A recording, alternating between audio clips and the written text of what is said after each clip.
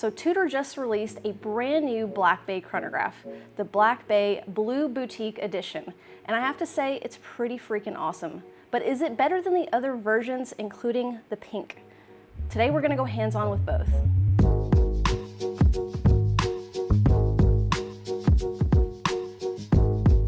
Hey everyone, Kat here with Worn & Wound, and as you can see, I'm recording solo in the studio today.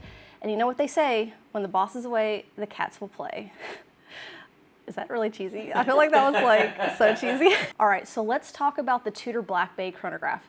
A few months ago, Tudor lent me a sample of the white panda version, and I had the chance to wear it for several weeks. Overall, it's a solid watch, and ultimately it did lead to me getting the pink version, but I do have a few more in-depth thoughts. First off, the three models that are widely available right now are the steel panda dial, reverse panda, and a steel and gold version.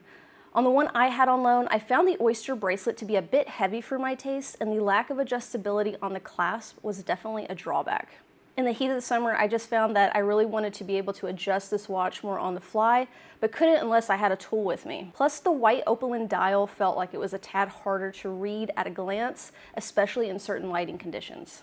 I will say though that I didn't give up on the Tudor Black Bay Chrono. I really wanted to like this watch, so I decided to switch it up and put it on an Everest rubber strap.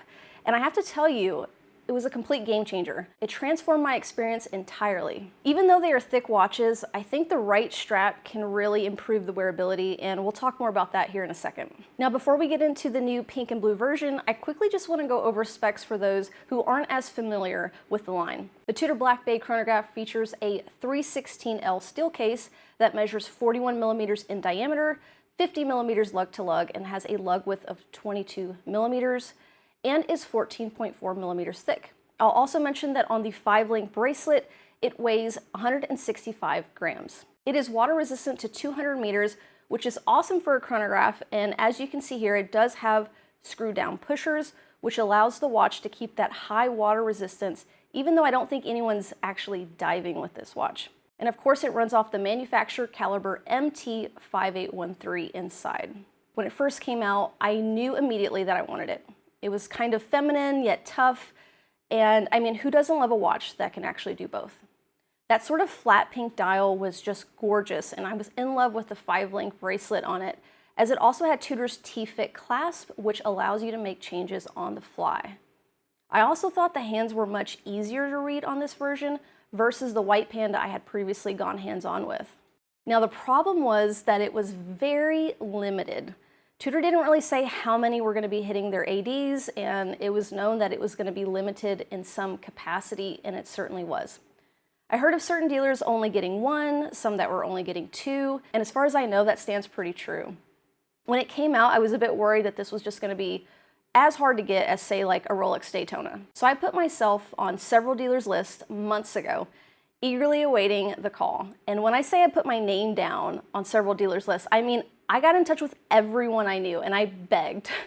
When I finally got the call, I drove 3 hours each way to pick up this watch. And quick shout out to Brinkers Jewelers in Evansville, Indiana. I was instantly over the moon. I absolutely love it. It wears like a freaking dream on the 5-link bracelet. And honestly, even though I know it's a thicker watch, it can be heavy, I hardly feel the weight of it on my wrist. For reference, my wrist is 6.5 inches, and I think it looks great on this wrist size. I think it just goes to show that the right strap or bracelet can help this watch wear a lot better. Now, when I first laid eyes on it, my immediate first thought was, this is a little Pepto pink. And I'm not gonna lie to you, it's definitely that shade of pink. But I still really think it's beautiful, and I personally have gone through quite a few chronographs in my collection, as many of you know, and I truly feel like this is the one for me. I haven't found the pink dial to clash too much with my outfits, even though the pink is really striking. It's subdued enough in shade to really just go with everything. I also love that this is a great option for women. With the 5-link bracelet making this watch much more wearable, and honestly, the pink feminine dial, I really love that there's a sort of girly option in this line. Oftentimes, these chronographs and sport watches can come off very masculine, and there's nothing wrong with that. I proudly own many that are, but it's nice to have something pink in the rotation now. Now let's get to the star of the show, the blue Tudor Black Bay Boutique Edition. What a mouthful. This beauty came out just a few weeks ago, featuring a lot of the awesome specs that the pink version has, including the 5-link bracelet. But this one has a stunning Tudor blue dial. This blue is truly amazing in person, and I think will be much more popular than the pink because it's more universally loved. People love a blue dial.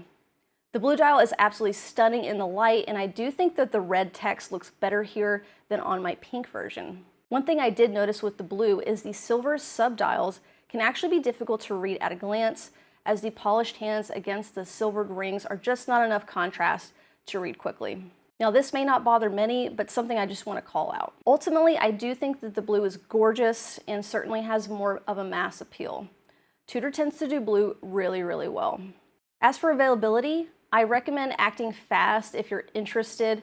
These pieces are going to fly off the shelves and likely to be very difficult to get, as you can only buy it at the Tudor boutique. There's no word on how many they're going to make or how limited they are, which, to be honest, is my biggest gripe with both of these editions.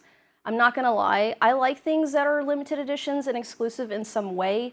What I don't enjoy is not knowing how limited they are and the lack of transparency from the brand. I also really wish they'd add the 5-link bracelet to all the other models, as this is really how I think the watch should be worn. In closing, I think both the blue and the pink Tudor chronographs are incredibly cool pieces to have in your collection.